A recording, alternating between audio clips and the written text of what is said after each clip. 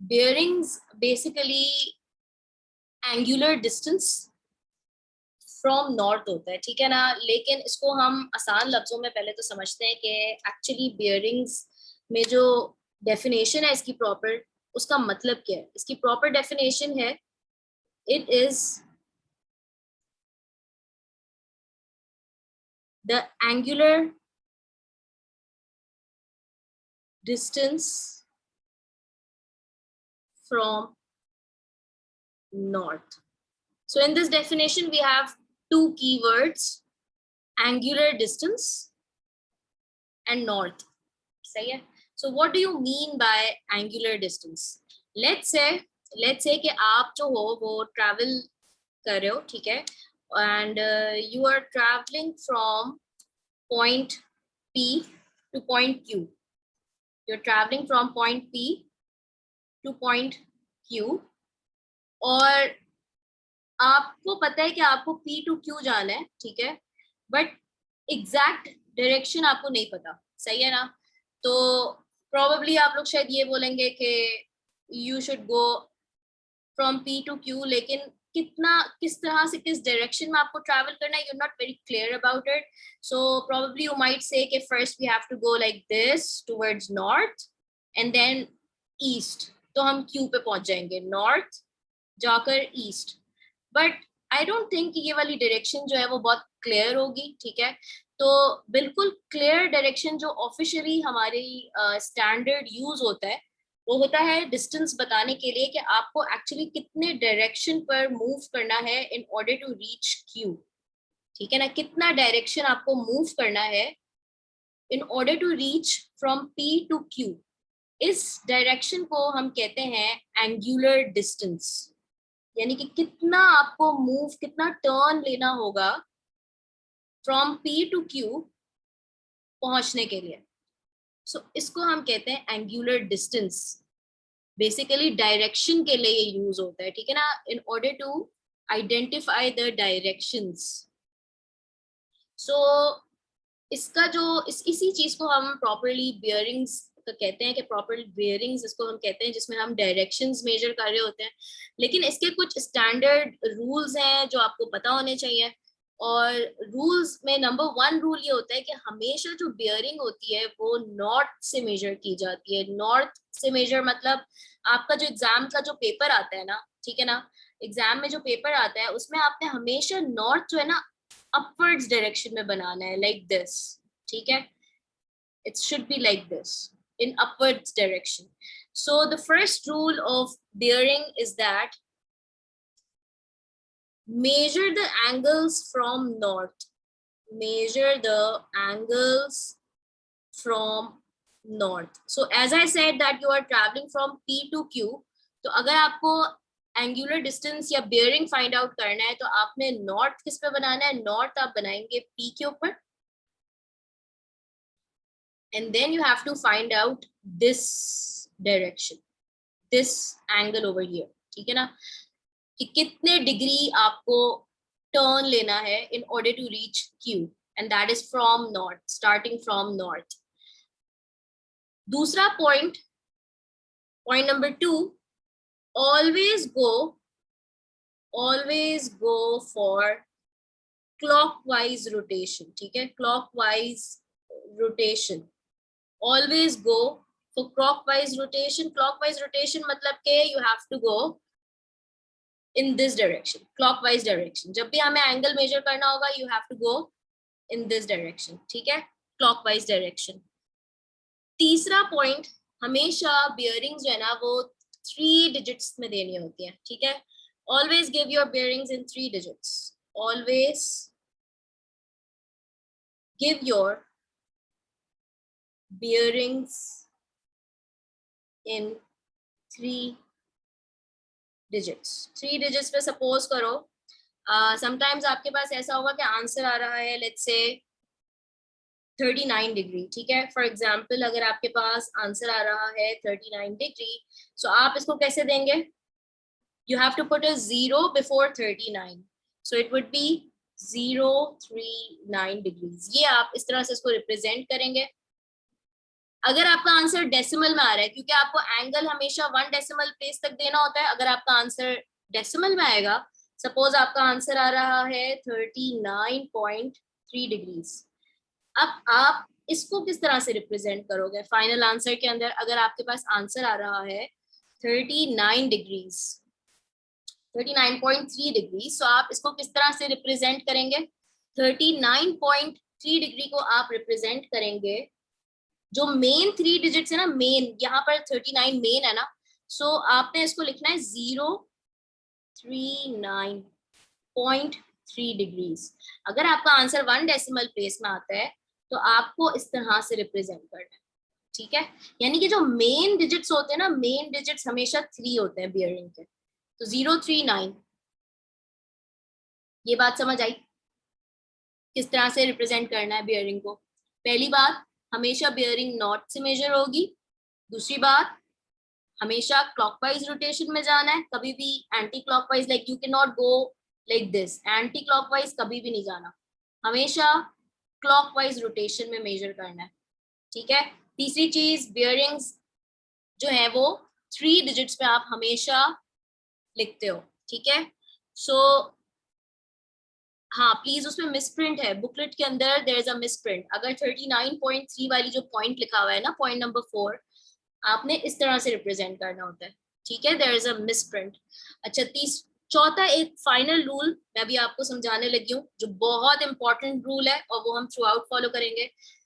Point number 4, देखो, point number 4 ये होता है कि बियरिंग्स जब भी हमें फाइंड करनी होती है ना, तो हमेशा 2 वर्ड्स यूज हुए हुए होते हैं, एक होता है ऑफ, एक होता है फ्रॉम, ठीक है? ये 2 वर्ड्स यूज हुए हुए होते हैं। तो आपने हमेशा क्या करना होता है कि जब भी आप फ्रॉम के बाद जो लेटर देखोगे ना, लाइक फॉर एग्जांपल अगर लिखा हुआ है find the bearing of P from Q, for example ये लिखा हुआ है find the bearing of P from Q, सही है? तो आपने क्या करना है कि जो फ्रॉम के बाद जो लेटर है, आपने उसके ऊपर जाकर सबसे पहले तो अंडरलाइन करना है, like this, underline this letter. After that you have to make the north on this letter, जो फ्रॉम के बाद लिखा होता है ना, उसके ऊपर जाके आपने नॉर्थ बनाना होता है। और नॉर्थ आप कैसे बनाते हो? नॉर्थ लाइक सिर्फ आपने नॉर्थ नहीं बनाना होता, प्रॉपर आपने कंपस पूरा बनाना होता है, compass as in like this, ठीक है ना? ये देखो, नॉर्थ हमेशा ऊपर की तरफ होता है, upwards is north, downwards is south. ये वाली चीज कौन सी होगी जो मैंने अभी यहाँ पर डॉट बनाया हुआ है? ये क्या होगा? ईस्ट होगा, वेस्ट होगा? What direction with this be? East. देखो इस तरफ ई बन रहा है, so this direction is east, okay, and this direction is west. So पूरा आपने जो फ्रॉम के बाद लेटर है, पहली चीज आपने क्या करनी है कि आपने उसको जाकर अंडरलाइन करना है, और फिर इस लेटर के ऊपर जाकर आपने अपना कंपास ड्रॉ करना है, ठीक है? कंपास ड्रॉ करोगे तो वो बेसिकली एक प्लस साइन बन जाता है ना, north, east, south and west, okay? So लिखना सिर्फ एन ही होता है, आप पूरी सारी डायरेक्शंस लिखते नहीं हो बियरिंग्स के अंदर, सिर्फ आपको पता होना चाहिए, लिखते आप हमेशा ऐसे नॉर्थ हो, ठीक है? अब ये सारे पॉइंट्स आपको आई होप सारे क्लियर हो गए। बियरिंग्स हम क्यों पढ़ रहे होते हैं, बियरिंग्स का प्रैक्टिकल पर्पस क्या है? बियरिंग्स का प्रैक्टिकल पर्पस है कि आपको एंगुलर डिस्टेंस यानी कि डायरेक्शंस बताने के लिए यूज होता है, नेविगेशन पर्पसेस के लिए यूज होता है, नेविगेशन के लिए यूज होता है, हमेशा नॉर्थ से मेजर होता है। नंबर 2, क्लॉकवाइज रोटेशन होती है हमेशा, ठीक है? नंबर 3 डिजिट्स तक you have to give the answer. और नंबर 4 कि आपको जो भी फ्रॉम के बाद लेटर दिया हुआ होता है उसके ऊपर आप अंडरलाइन करते हो और एक प्लस का साइन बनाते हो। अच्छा, अब इसकी कुछ एग्जांपल क्वेश्चंस करते हैं, सो दैट ये सारे रूल्स जो अभी आपको समझ आए प्रॉपर तरीके से। So let's understand these rules from the example. So example number 1, these are the same rules that we just discussed above, जो आपकी बुकलेट के अंदर नोट्स गिवन है, और ये आपकी बुकलेट का जो पेज नंबर 136 है, we are on page number 136 of your booklets. So let's do the first example, ठीक है? पहली एग्जांपल में आपको बोला हुआ है that you have to find out the bearing of B from A. पहली बात, फ्रॉम ए, इस पर आकर जरा अंडरलाइन करो ए के ऊपर, ठीक है। अच्छा, अब ये देखो, इसमें ना ऑलरेडी नॉर्थ बना हुआ है, समटाइम्स बना हुआ होगा, समटाइम्स आपको खुद से बनाना होगा। तो इसके अंदर तो ऑलरेडी आपके पास ये देखो ए के ऊपर प्लस साइन बना हुआ है, इस ऊपर की तरफ हमारा नॉर्थ है। हमें फाइंड आउट करना है bearing of B from A. So A के ऊपर आपने अपना कंपास ड्रॉ किया and then you have to go in the clockwise direction, starting from north clockwise direction में हम मूव करेंगे, ठीक है। कितना मूव करेंगे? मूव करेंगे बी तक। ये जो बी की लाइन है ना, ये वाली लाइन, इस लाइन पे आके हमने अपनी मूवमेंट स्टॉप कर देनी है, यानी कि यहां से यहां तक हम मूवमेंट करेंगे। मूवमेंट क्लियर होनी चाहिए, ठीक है। कहां से कहां तक मूव करेंगे? Starting from the north of A and then we have to go till here, till B.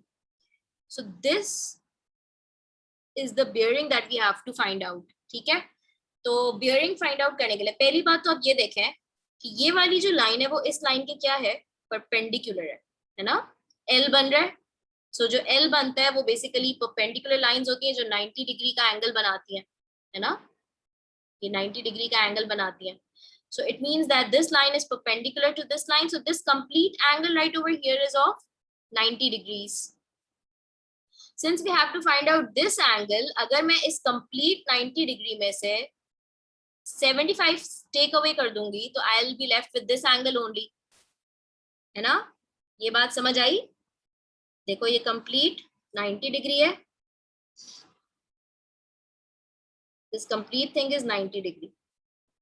So part 1 में हम क्या करेंगे कि हमने 90 डिग्री में से 75 डिग्रीज माइनस कर देना है, तो हमारे पास फाइनल आंसर आ जाएगा 15 degrees. But we have to write it like this. देखो लिखेंगे कैसे, इसको लिखना है ऐसे, द बियरिंग ऑफ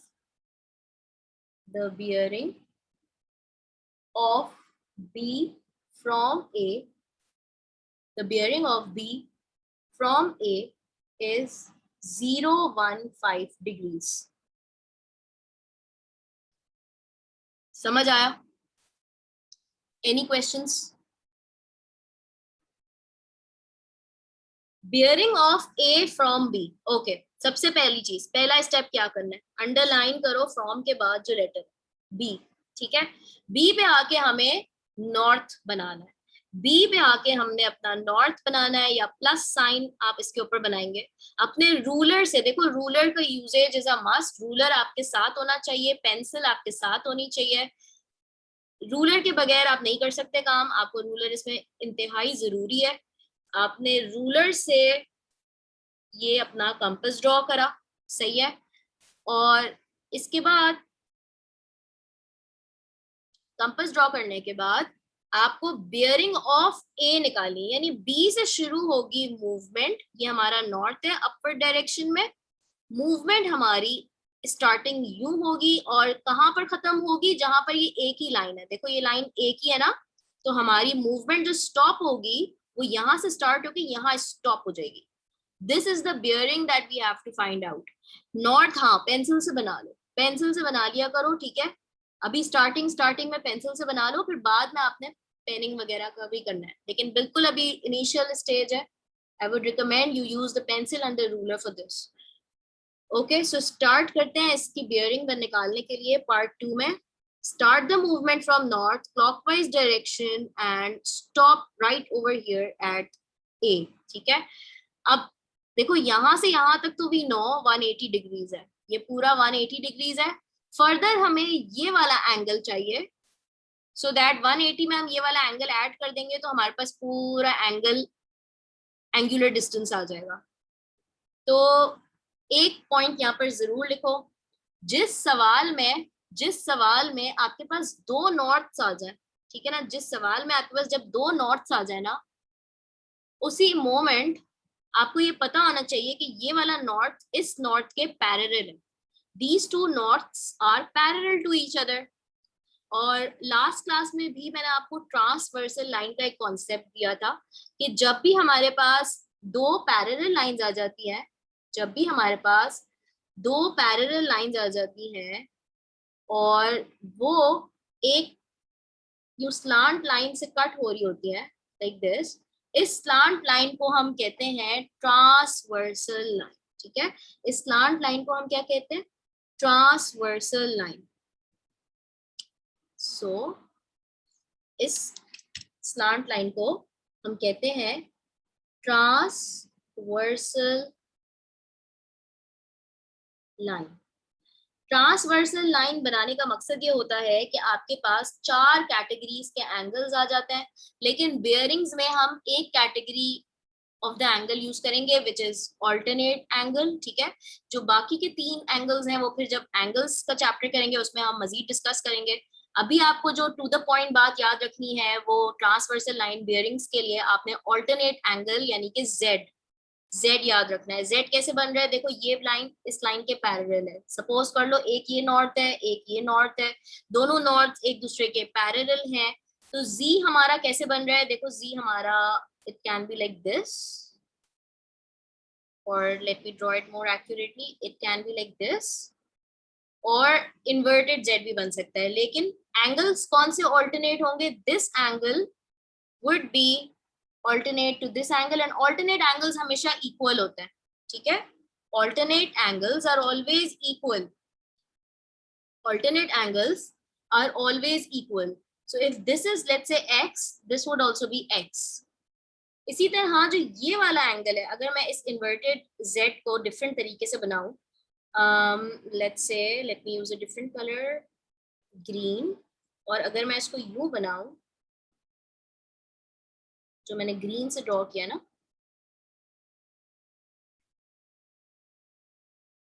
ऐसे।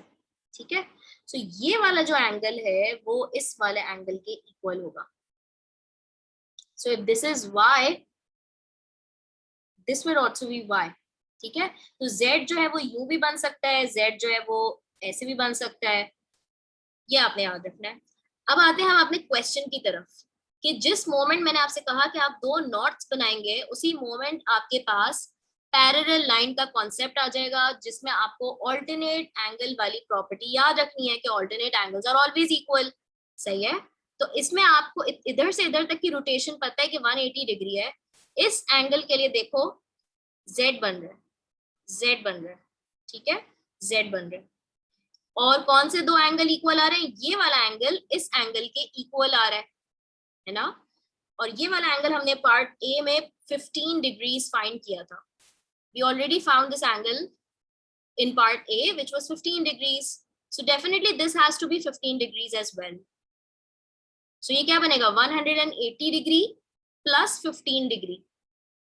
मूवमेंट समझ आ रही है? स्टार्टिंग नॉर्थ से करी, ए पे रुक गए, ये है 15 degree because this is 15 degrees. So 180 degree में जब हम 15 डिग्री ऐड करेंगे पार्ट 2 का आंसर आ जाएगा। So for part 2 180 degrees plus 15 degrees would give you 195 degree। इसका आंसर क्या लिखोगे?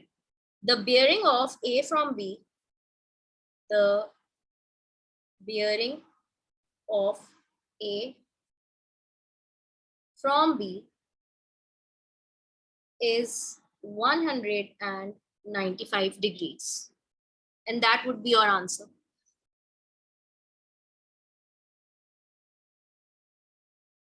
Okay, example number 2, find the bearing of A from O। पहला स्टेप, अंडरलाइन करो O को, फ्रॉम के बाद जो लेटर आता है बेटा उसको अंडरलाइन करो और उस पर एक प्लस साइन बना दे। ठीक है, प्लस साइन अब यहाँ पर लकीली बना हुआ है ऑलरेडी। सही है, ये देखो O के ऊपर प्लस साइन ऑलरेडी बना हुआ है।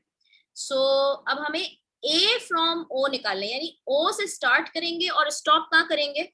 स्टार्ट फ्रॉम O, स्टार्ट, ये स्टार्टिंग है, और यहाँ पे आके ए पे आपने स्टॉप कर देनी है अपनी मूवमेंट। सही है, सो स्टार्टिंग फ्रॉम ओ, ये ओ है, इसका ये नॉर्थ है। ठीक है, ऊपर की तरफ। सो स्टार्टिंग हमने करनी है इस डायरेक्शन में। कितना मूव करेंगे? देखो ये वाली लाइन जो है, ये वाली एक ही लाइन है। सही है, this line over here is of A, so starting from here all the way till here, यहाँ पर आके हमने स्टॉप कर देना है। मूवमेंट पर फोकस रखना है, ठीक है। यहाँ से स्टार्ट करेंगे, यहाँ पर आके स्टॉप कर दिया। इतनी बियरिंग हमें चाहिए जो मैंने ग्रीन से मार्क करी है, ठीक है। तो इतनी मूवमेंट के लिए अब देखो ये कंप्लीट एंगल, देखो ये लाइन इस लाइन के परपेंडिकुलर है, ये देखो perpendicular lines meet at 90 degree angle. So ये पूरा 90 डिग्री एंगल है and I am going to take away, ये पूरा 90 डिग्री है, 90 में से 18 डिग्री माइनस कर देंगे तो ये वाला हमारा एंगल आ जाएगा।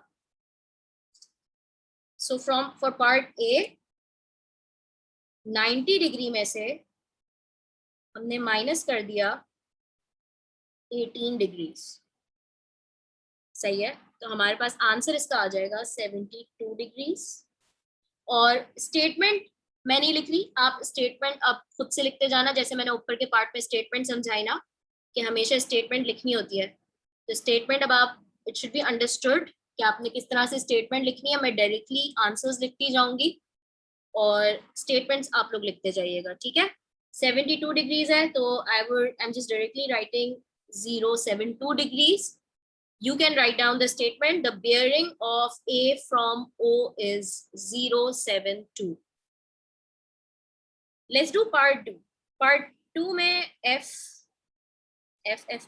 की misprint है, ठीक है। B from O. B from O. Okay. Underline this letter starting from O and we have to stop at B. So let's start our movement, clockwise movement from O. ये वाला open not बना हुआ है, you have to go all the way till here, ये B की line है, सही है।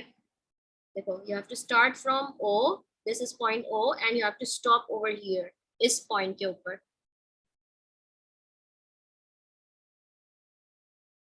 सही है। यहाँ तक, यहाँ पर स्टॉप करना है। So let's draw from green, यहाँ से स्टार्ट करो क्लॉकवाइज डायरेक्शन में, इधर आकर स्टॉप, बी पे आके स्टॉप। अब ये पूरा एंगल जो मैंने ऊपर की तरफ ग्रीन से मार्क किया है आपको ये निकालना है।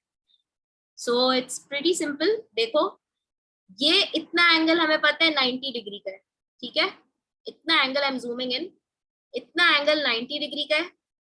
90 डिग्री में I have to add up ये वाला एंगल ऑल्सो, 53 डिग्री का जो एंगल है। तो पूरा मेरा यहाँ से लेके यहाँ तक का एंगल आ जाएगा ना, जो मुझे फाइंड आउट करना है। सो what I'm going to do in this case, 90 degree में I'm going to add 53, ये 90 डिग्री है, इस 90 डिग्री में I'm going to add 53 in order to get this complete angle. So 90 degree plus 53 degree, part 2, 90 degree plus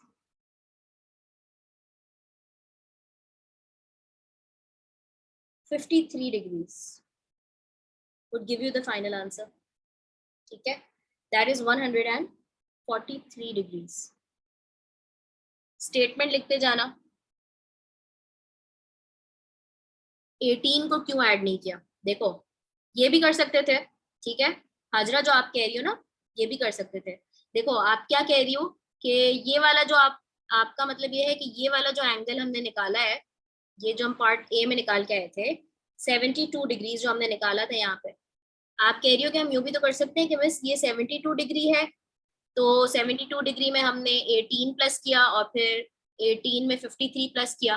तो अगर आप लोग इसको ऐसे करोगे वो भी सही होगा, आंसर सेम ही आना है। देखो 72 degrees plus 18 degrees plus 53 degrees भी करोगे तो आंसर वही 143 ही आएगा। दोनों करेक्ट मेथड्स हैं।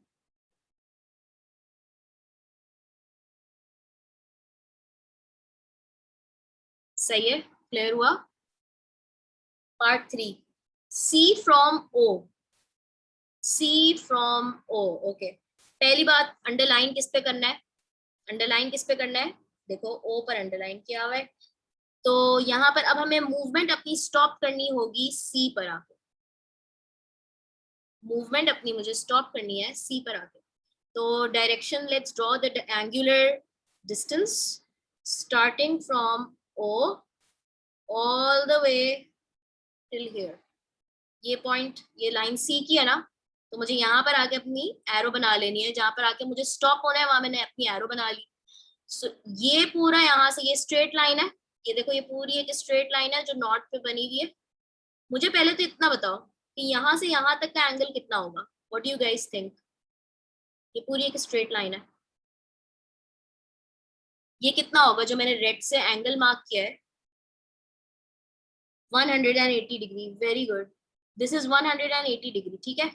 इतनी बात सबको समझ आ गई कि ये half of the complete revolution है, तो ये 180 डिग्री है, सही है। अच्छा, अब इसके ना दो तरीके हैं, या तो फिर आप लोग ये वाला एंगल निकालो, ठीक है, ये एंगल निकालोगे कैसे, ये एंगल निकालो और फिर 180 डिग्री में ये वाला एंगल प्लस कर दो, तो टोटल टोटल एंगल आ जाएगा।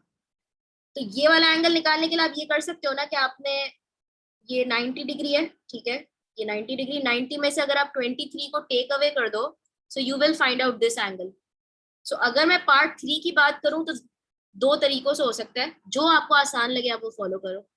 देखो पार्ट 3 पहला तरीका क्या हो सकता है, आपने किया 180 डिग्री में प्लस 90 डिग्री माइनस 23 डिग्री, सही है, पहली चीज तो आप ये कर सकते हो। So that would give you 247 degrees. दूसरा तरीका है जो कुछ स्टूडेंट्स को ज्यादा आसान भी लगता है, ज्यादातर मुझे स्टूडेंट्स यही बता रहे होते हैं कि मिस देखिए यहाँ से यहाँ तक तो पूरा 270 डिग्रीज है, अगर हम बात करें ये 180 डिग्री, 180 और फिर 90 यहाँ पे फर्दर ऐड होगा, तो यहाँ से यहाँ तक ये पूरा इस लाइन से नॉर्थ से लेके वेस्ट तक की जो लाइन बन रही है हमारी, नॉर्थ से वेस्ट तक की जो लाइन बन रही है वो 270 डिग्री की है। तो 270 डिग्री में से अगर हम 23 डिग्री माइनस कर दें, पूरे 270 में से अगर हम इतना एंगल माइनस कर दें तो हमारे पास यहाँ से यहाँ तक का एंगल आ जाएगा। तो दोनों तरीके सही है, अगर आपने 270 डिग्री वाला मेथड फॉलो किया वो ज्यादा अच्छा है क्योंकि वो ज्यादा क्विकर है और आसान भी है। सो यूं भी आप कर सकते हो कि 270 डिग्री में से आपने माइनस कर दिया 23 degrees, so you are going to get the same answer 247 degrees. बात समझ आई?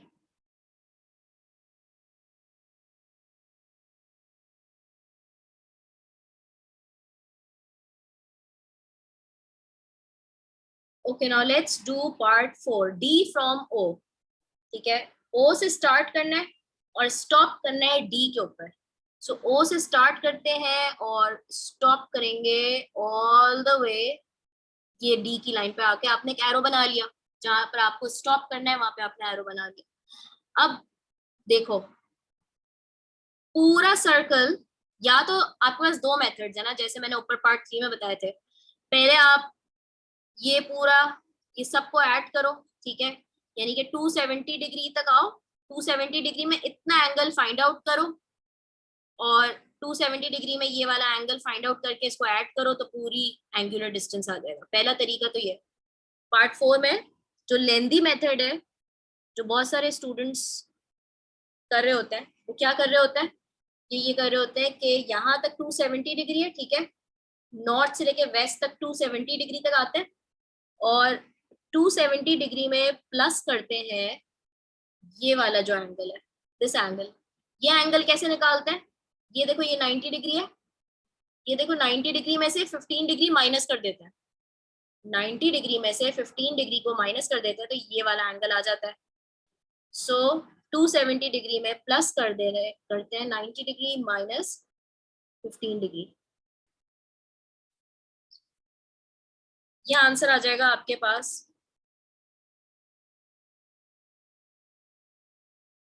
345 डिग्रीज, ठीक है। एक तो ये चीज होती है।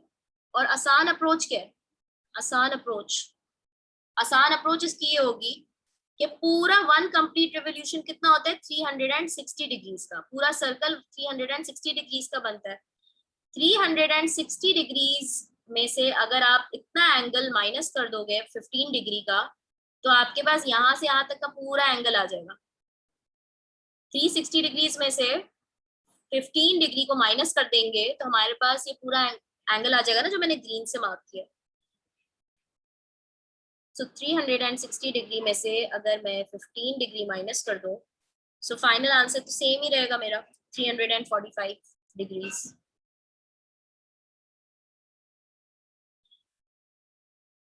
So which one do you prefer? This one or this one? Method number 1 और method number 2? कौन सा preferable है? ये सही लग रहा है, ये सही लग रहा है? Method number 2 is the easier one, है ना? दोनों मेथड्स क्यों बताए?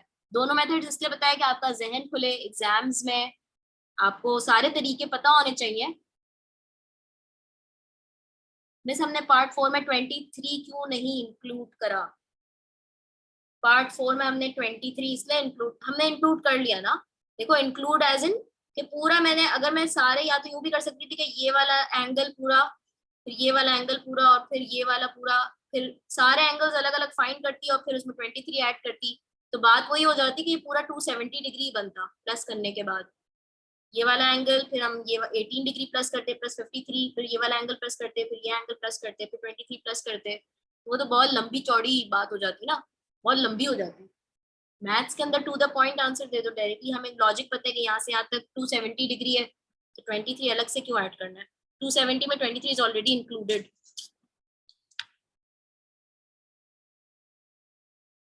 Part 5, O from A। Okay, अब मैं इसको सबको मिटा रही हूँ, ठीक है? O from A,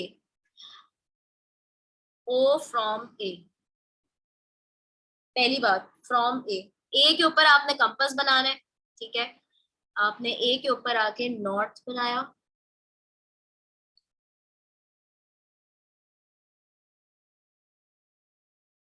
this is your north. जब दो नॉर्थ्स आ जाते हैं तो क्या होता है? The moment you get to norths, आपको पता है कि ऑल्टरनेट एंगल वाली प्रॉपर्टी हमारी कहीं ना कहीं लगनी है। अब आपको लाइन अपनी मूवमेंट बनानी है, ठीक है? मूवमेंट बेटा क्लॉकवाइज डायरेक्शन, ये वाली डायरेक्शन में स्टार्ट करो। स्टॉप कहाँ करनी है? देखो, starting from A and stopping at O, O पर आके स्टॉप कर देना है, सही है? ये स्टॉपिंग लाइन है।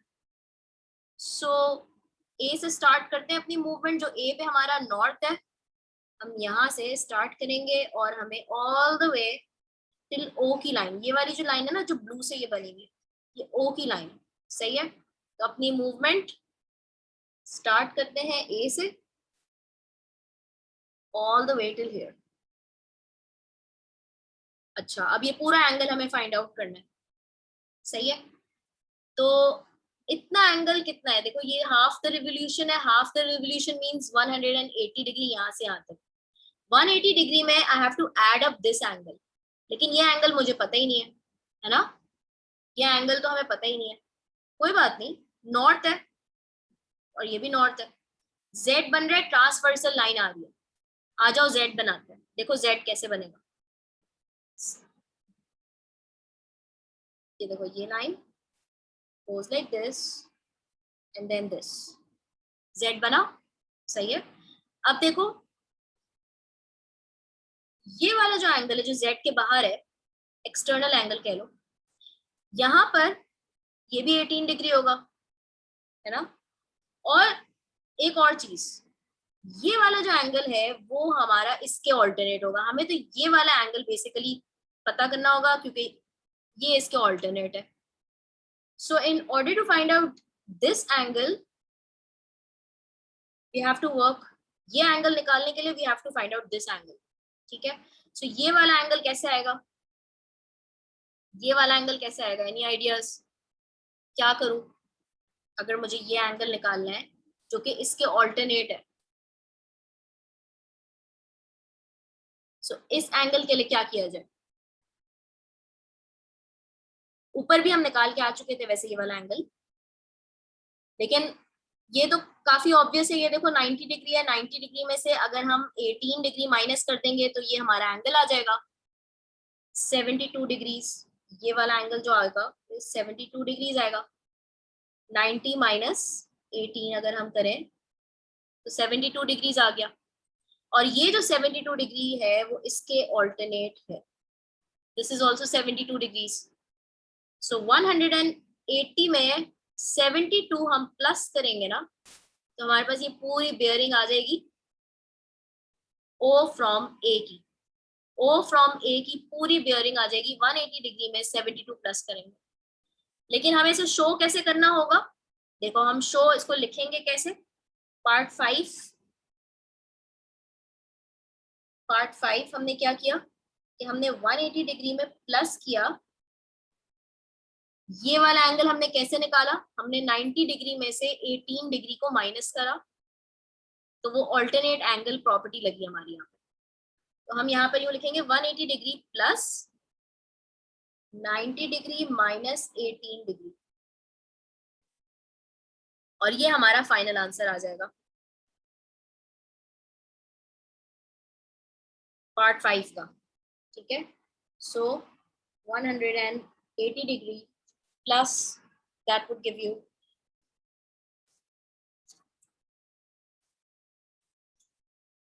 72.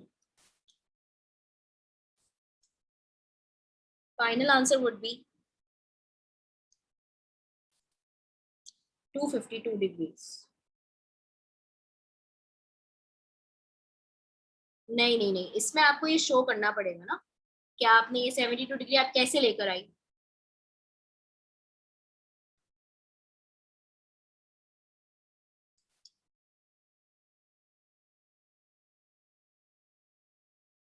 बी पर आके आपने नॉट बनाया, ठीक है, make a straight line at B,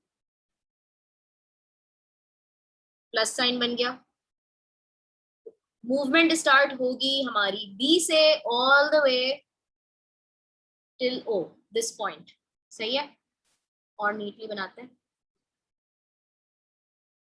यहां से शुरू होगी यहां तक। अच्छा ये तो अब देखो ये पूरा तो हमारा कितना एंगल है 270 डिग्री, ठीक है, और ये एंगल क्या होगा देखो, क्योंकि दो नॉट्स हैं, एक ऑलरेडी यहाँ दिया हुआ है, हमने ये दूसरा नॉट बनाया है, दोनों नॉट्स जिस मोमेंट बनते हैं वी नो कि हमारा पैरेलल लाइन का कॉन्सेप्ट आ जाता है और z बन जाता है, तो हमारा जो z बनेगा इस केस में is going to be like this, ठीक है, जो मैंने ग्रीन से मार्क किया है। अब ये वाला कौन सा एंगल्स देखो ऑल्टरनेट एंगल्स कहलाएंगे, ये z का एक्सटर्नल एंगल 53 और ये z का internal angle would also be 53, so this and this are equal, this angle and this angle they are going to be equal because z ka external z ka internal they are equal, so this is 53 degrees, सही है। so इसमें हम क्या करेंगे 270 degree plus 53, part 6 270 degree plus 53, सही है, तो ये होगा 323 डिग्रीज। स्टेटमेंट्स याद रखना, स्टेटमेंट लिखनी होती है, ठीक है, show the working, 2 step working होती है यूजुअली बेयरिंग्स में, जो P1 के क्वेश्चंस होते हैं, ये सारे P1 के क्वेश्चंस हैं। पार्ट 7 O फ्रॉम C पे underline and make a north on C, make a north on C like this and like this, so starting from the north, ठीक है, and then going till here only, bus stop कर दिया यहाँ पे आके, देखो ये O की लाइन है ना, तो ये हमने स्टॉप कर दिया यहाँ पे। अब जिस मोमेंट दो नॉट्स आते हैं ऑल्टरनेट एंगल की प्रॉपर्टी लगती है, ठीक है, ये देखो ये Z यूं बन रहा है, ये Z यूं बन रहा है, जूमिंग इन देखो ये दिस इज द Z, सही है। अब देखो आप लोग ये नहीं कह सकते कि अगर ये 23 है तो ये भी 23 होगा, दैट वुड बी रॉन्ग, ये बहुत मेजर ब्लंडर आते हैं जिसकी वजह से मार्क्स कट जाते हैं, सही है, ये 23 तो ये 23 नहीं हो सकता, आपने ये Z बनाया तो ये Z का जो इंटीरियर एंगल है वो Z के इस वाले एंगल के इक्वल होगा ना, ऑल्टरनेट तो ये एंगल्स होंगे, प्लीज ये ब्लंडर मत करना कि यहाँ पर 23 लिख के आ गए, नो दैट इज रॉन्ग। सो हमें पहले तो ये एंगल निकालना पड़ेगा जो कि इसके ऑल्टरनेट होगा, और ये एंगल निकालने के लिए आप देखो, मैं मार्क कर रही हूँ, देखो मुझे ये जो येलो से मैं एंगल बना रही हूँ ना, ये वाला एंगल इस वाले के ऑल्टरनेट होगा। तो पहले तो मुझे ये एंगल निकालना पड़ेगा, और ये एंगल जो होगा वो होगा जो मैंने क्वेश्चन मार्क बनाया, ये कंप्लीट 90 डिग्री है। इस 90 डिग्री में से if I take away 23, so this angle we are going to get this angle which would be alternate to this, ठीक है। so 90 minus 23, 67 degrees, ये हमारे पास आ जाएगा 67 degrees which is 90 minus 23, and this would also be 67 degree, और यही तो bearing हमें निकालनी थी, सही है। this was the only bearing that we were supposed to find for O from C. so अगर ये 67 है, ये भी 67 है, वर्किंग क्या होगी इसकी? इसकी वर्किंग सिंपल होगी, वर्किंग इसकी आप कर लो 90 degree minus 23 degrees, that is the only working for part 7। 90 degree minus 23 degrees, this is 67 degrees. इसका बियरिंग का स्टेटमेंट लिख देना 07 डिग्रीज के साथ। जो चीज समझ नहीं आ रही प्लीज पूछते जाओ, अगर कोई भी कंफ्यूजन हो रही है एग्जाम्पल नंबर 2 में तो पूछते जाना मुझे। Last part 8, O from D, ठीक है। अच्छा, O फ्रॉम D में हम बनाएंगे किस पर? नॉर्थ D पर बनाएंगे, ठीक है। So I am zooming in, D के लिए नॉर्थ बनाते हैं। मैं पूरा क्वेश्चन एक साथ दिखाऊंगी तो आप लोग का जो कॉपी करने वाला पार्ट रह गया ना वो कॉपी भी कर लेना, लेकिन अभी पहले समझ लो, ये समझना जरूरी है क्योंकि हल्का सा भी फोकस इसमें आउट होता है, एंगल की डायरेक्शन समझ नहीं आती। तो पहले प्लीज स्क्रीन पर ध्यान से देखो, सुनो और फिर कॉपी कर लेना, मैं कॉपी करने का टाइम भी दे दूंगी, ठीक है।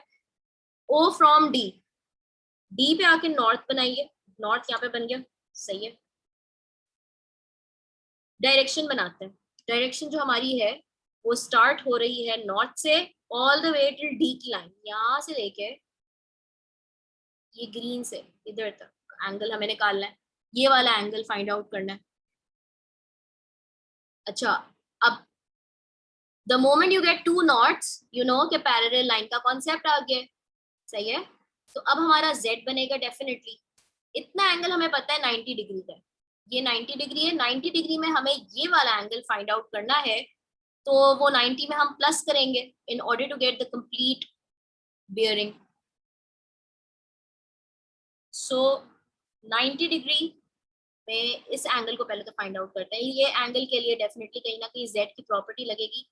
Z कैसे बन रहा है ये देखो, ये ऐसे करके Z बन रहा है ना, ये Z बन रहा है। ऑल्टरनेट एंगल कौन कौन से होंगे?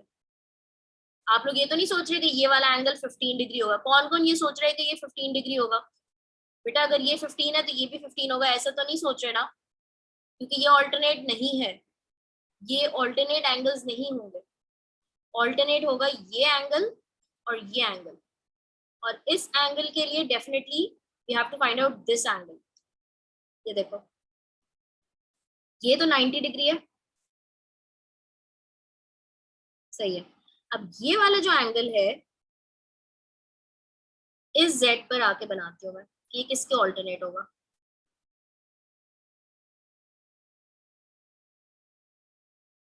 This angle would be equal to this angle, ठीक है।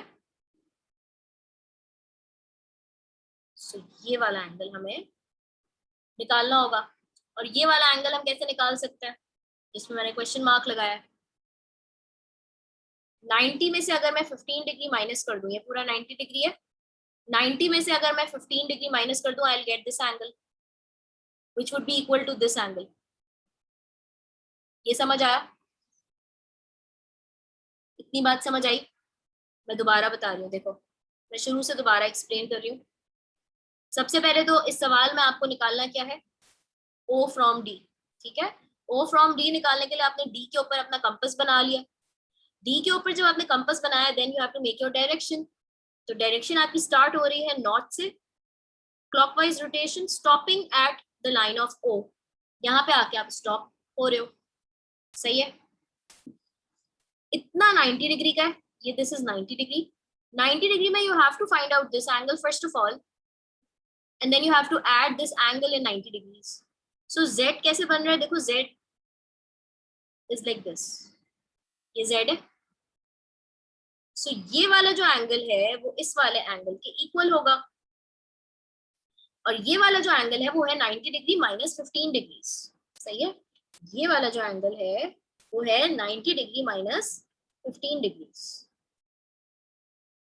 which is 75 degrees. So you have to add up 90 and 75 in order to get this angle, है ना?